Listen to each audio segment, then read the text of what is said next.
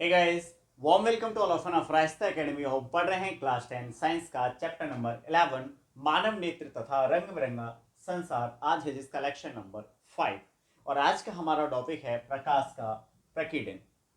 बहुत ही important topic है बेटा ये, और इससे प्रश्न आपके बनते हैं, लेकिन इस बार यूपी बोर्ड में ये हटा दिया गया है। लेकिन बाकी जो बोर्ड हैं उनमें अलग अलग दिया दे रखा है कि इसमें क्या हटा है, वो आप देख लेना। लेकिन अगर पढ़ते हो तो बहुत अच्छा क्वेश्चन है, कॉम्पिटेटिव एग्जाम में इससे अक्सर प्रश्न पूछे जाते हैं। तो स्टार्ट करते हैं प्रकाश का प्रकीर्णन। अब देखो प्रकाश का प्रकीर्णन होता कैसे है, पहले सिंपल सी बात कर लेते हैं अपन। जो वायुमंडल है इसमें बहुत छोटे छोटे कण होते हैं, ठीक है। ये जो प्रकाश आ रहा होता है इन छोटे कणों से टकराता है, और ये जो छोटे कण क्या होते हैं ना, प्रकाश को अवशोषित करते हैं और फिर इसका उत्सर्जन करते हैं चारों दिशाओं में, ठीक। तो अवशोषित किया, फिर उसका उत्सर्जन किया।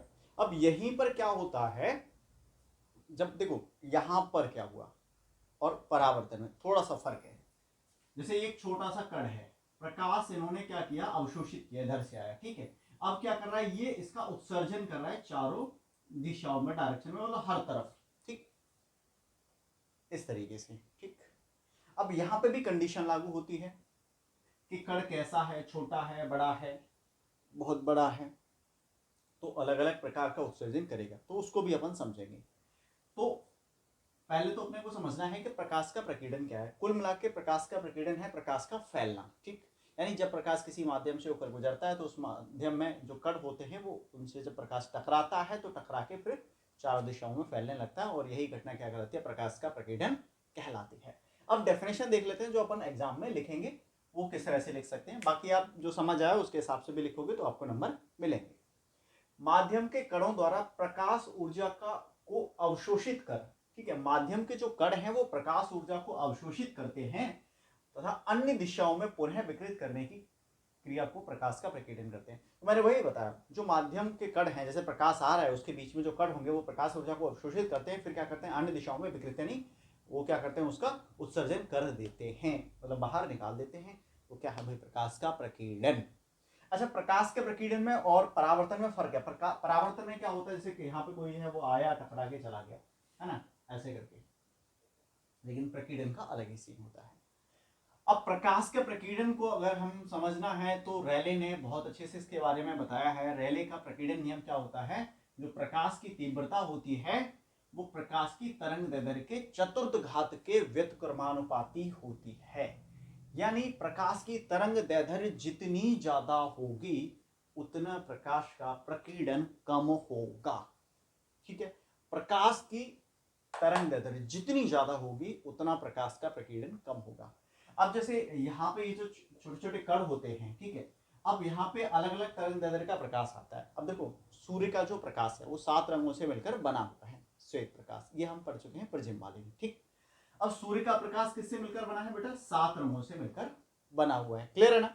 अब 7 रंगों की जो तरंग दैर्ध्य है वो क्या है, सबकी अलग अलग। अब कण क्या है, छोटा बहुत, तो जो छोटा कण है वो क्या करेगा, छोटी तरंग दैर्ध्य वाले यानी कम तरंग दैर्ध्य वाले प्रकाश को प्रकीर्णित करेगा, और बड़ा कण बड़ी तरंग दैर्ध्य वाले प्रकाश को प्रकीर्णित करेगा। ये अपने को ध्यान रखना। जैसे मान लो यहाँ पे प्रकाश आया, ऐसे करके ये, अब सबसे छोटी ये कण जो है वो बहुत छोटा है, तो ये क्या है, मान लो नीले रंग के प्रकाश की कण को क्या है, प्रकीर्णित कर, क्योंकि वायुमंडल में बहुत छोटे छोटे कण है और वही सबसे ज्यादा है, ठीक। तो क्या करते हैं, नीले रंग के प्रकाश का प्रकीर्णन सबसे ज्यादा करते हैं, क्योंकि उसकी तरंग दैर्ध्य क्या होती है, सबसे कम होती है, ठीक। अब जैसे हम कहें आकाश में अगर अपन जाएं और कहाँ पे जो बादल होते हैं, ठीक है, यानी जल की जो बूंदे, बादल किससे बनते हैं, जलवाष्प से बनते हैं, जल की छोटी छोटी बूंदें होती है। अब जल की बूंदें क्या करती हैं, देखो जल की बूंदों का आकार जो है काफी बड़ा होता है, ठीक है। अब यहाँ पे क्या होगा, प्रकाश आएगा, ठीक, सूर्य का श्वेत प्रकाश आया।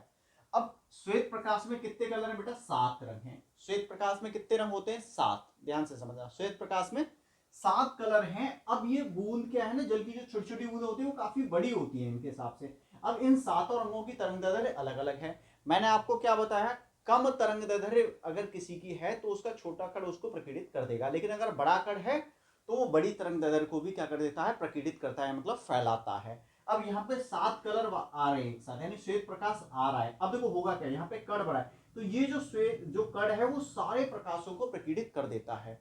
सॉरी, हम कहें जो 7 कलर का जो प्रकाश आ रहा था श्वेत प्रकाश, उसको सभी जो कलर की फिर हम कहें रंगों की तरंगदैर्घ्य वाले प्रकाश को क्या करता है, प्रकीर्णित कर देता है, मतलब फैला देता है एक साथ। यानी ये आया, ऐसा नहीं कि जैसे नीला, यहाँ पे क्या हो रहा था, मान लो ये नीला है, ये तो आपका श्वेत था, ठीक है, और ये जो फैला रहा था वो नीला, ठीक। यहाँ पे क्या हो रहा है कि श्वेत प्रकाश आपका आ रहा है और ये जो कण है वो बड़ा है, ये बहुत छोटा कण था, ऐसे करके मान लो जब ये कण, तो ये क्या करता है, चारों दिशाओं में जो प्रकाश आता है ना वो प्रकीर्णित कर देता है सभी तरंगदैर्घ्य के प्रकाश को एक साथ, क्योंकि कण क्या है, बड़ा है। छोटा छोटी वाले को ही कर पाएगा, लेकिन और उससे बड़ा होगा तो वो और ज्यादा जिनकी तरंगदैर्घ्य होगी उसको कर देगा, ठीक है, और बड़ा तो फिर सबको करेगा ही ना, तो ये सबको एक साथ कर देता है। इसीलिए जो बादल है ना बेटा, हमें श्वेत दिखाई देते हैं। जैसे यहां से आपको ये प्रश्न भी हो गया, बादलों का श्वेत दिखाई देना, तो बादल क्यों श्वेत दिखाई देते हैं, ये मैंने अभी एक्सप्लेन किया, ऐसा मान के चलिए, ठीक है। और आकाश नीला दिखाई क्यों देता है, वो इसके बेसिस पे हो जाएगा, ठीक। टिंडल का प्रभाव है, तो इसको मैं अभी बाद में, पहले यही दोनों एक्सप्लेन कर देता हूं बहुत अच्छे से, जिससे आपको अच्छे से समझ आ जाएंगे, ठीक है। तो आकाश का नीला दिखाई देना, देखो जब प्रकाश क्या है सूर्य से पृथ्वी के वायुमंडल में आता है, ठीक, तो वहां पे क्या है ना, बहुत छोटे छोटे कण हैं। अब नीले रंग का प्रकीर्णन क्या है, सबसे ज्यादा होता है, ठीक, और बैंगनी रंग की तुलना में देखें तो 10 गुना होता है, क्योंकि इनमें तरंगदैर्घ्य में काफी इनकी में अंतर रहता है, ठीक।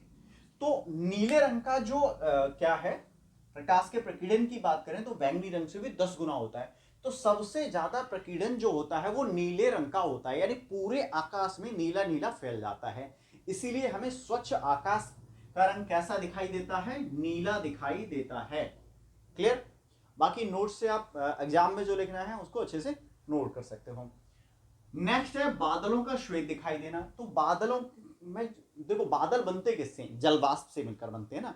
तो जलवाष्प की जो बूंदें होती है वो छोटी छोटी होती है, लेकिन अगर हम देखें प्रकाश की दृष्टि से, जो श्वेत प्रकाश आ रहा है उसमें जो कलरों की तरंगदैर्घ्य है उसके हिसाब से काफी बड़ी बूंद है, तो उसका आकार काफी बड़ा है, तो इसीलिए श्वेत प्रकाश जो आता है सारा, ठीक है, इसमें अलग अलग तरंगदैर्घ्य के प्रकाश है, तो इन सबको एक साथ प्रकीर्णित कर देता है। अब जब सातों कलर एक साथ प्रकीर्णित होंगे तो हमारी आंखों तक कैसा प्रकाश आएगा, फिर भी श्वेत ही आना ना फिर तो इसीलिए बादल अपने को कैसे दिखाई देते हैं, श्वेत दिखाई देते हैं।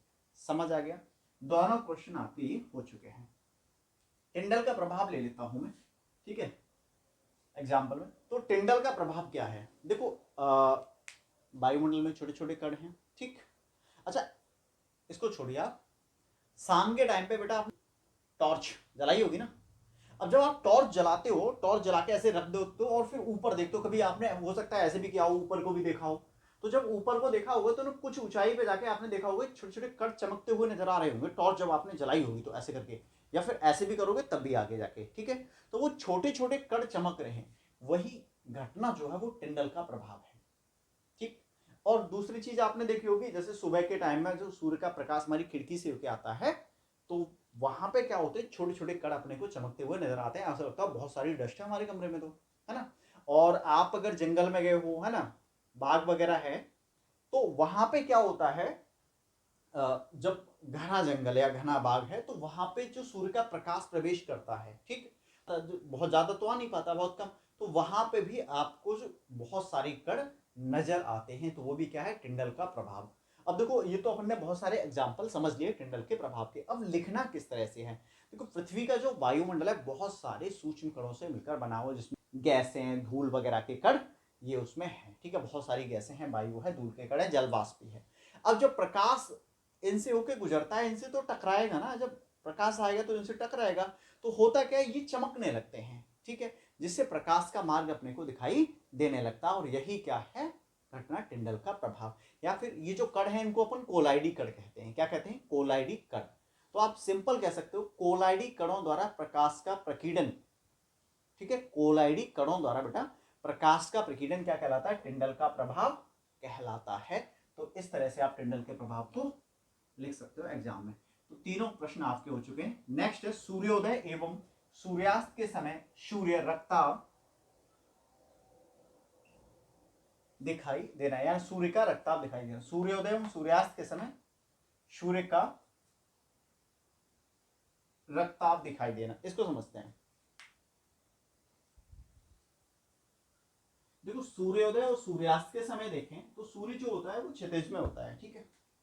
जैसे ये आपका अर्थ है और ये इसका वायुमंडल और ये क्षितिज की ये है, सूर्योदय और सूर्यास्त होता है तो, ठीक है। अब होता क्या है, ये जो डिस्टेंस है, जैसे आप यहां खड़े हो बेटा, ठीक, तो सूर्य का जो प्रकाश है ऐसे जाएगा। अब यहां से यहां तक जो डिस्टेंस कवर करेगा ये वायुमंडल के अंदर, ये काफी हो जाती है। तो यहां से यहां तक जाने में होता क्या है, जो प्रकाश का कलर है, ठीक है, उसका प्रकीर्णन लगभग सब कलरों का हो चुका होता है। केवल एक कलर बचता है, एक रंग बचता है लाल, क्योंकि उसकी तरंगदैर्घ्य क्या है, सबसे ज्यादा। इसी कारण से वो हमारी आंख तक पहुंचता है। और यही कारण है, जब हमारी आंख तक लाल कलर पहुंचेगा तो सूर्य अपने को कैसा दिखाई देगा, लाल ही दिखाई देगा ना। तो कुल मिला के यह है, जब सूर्योदय और सूर्यास्त का समय होता है तो सूर्य क्षितिज के नजदीक होता है और सूर्य का प्रकाश वायुमंडल में बहुत अधिक दूरी तय करता है, जिसके कारण उसके लाल रंग को छोड़कर लगभग सभी रंगों का प्रकीर्णन हो चुका होता है और लाल रंग हमारी आंखों तक आता है। इसीलिए सूर्योदय और सूर्यास्त के समय सूर्य अपने को कैसा दिखाई देता है बेटा, लाल, या फिर आप कह सकते हो रक्ताभ दिखाई देता है। लेकिन दोपहर के समय की अगर हम बात करें तो सूर्य का प्रकाश बहुत ही कम दूरी तय करता है वायुमंडल में, तो जिसके कारण होता क्या है, प्रकाश का प्रकीर्णन नहीं हो पाता है ठीक से पूरे का। तो जब प्रकीर्णन नहीं हो पाएगा तो हमारे पास प्रकाश डायरेक्ट आएगा तो कैसा आएगा, श्वेत। इसीलिए सूर्य अपने को दोपहर के समय पे, या हम कहें टाइम में, कैसा दिखाई देता है बेटा, श्वेत दिखाई देता है। कैसा दिखाई देगा, यहाँ पे श्वेत और यहाँ लाल। सूर्यास्त के समय भी लाल होगा और सूर्योदय के समय भी, क्योंकि ईस्ट वेस्ट नॉर्थ साउथ इस टाइप से बनाते हैं ना। तो इधर मान लो सूर्योदय हो रहा है इससे, ठीक है, इधर सूर्यास्त हो रहा है।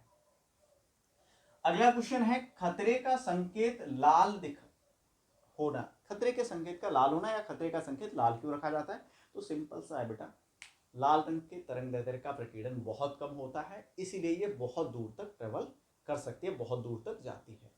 तो फायदा क्या है, खतरे का संकेत लाल होगा तो अपने को दूर से ही दिखाई दे जाएगा ना, तो इसीलिए हम क्या करते हैं, खतरे का संकेत लाल रखते हैं, ठीक है, या लाल रखा जा सकता है। तो मेरे ख्याल से सारी चीजें बेटा हो चुकी हैं इसमें, और कोई भी डाउट है आपका तो आप पूछ लीजिए, कमेंट बॉक्स में कमेंट कर दीजिए। और आप मेरे से टेलीग्राम पे भी जुड़ सकते हो, वहां से आप डायरेक्ट मुझसे बात कर सकते हो, जो भी नोट से रिलेटेड डाउट है या फिर कोई टॉपिक से रिलेटेड डाउट है वहां पे आपका सॉल्व मैं कर दूंगा, ठीक है। तो मिलते हैं नेक्स्ट वीडियो में, तब तक के लिए बाय बाय।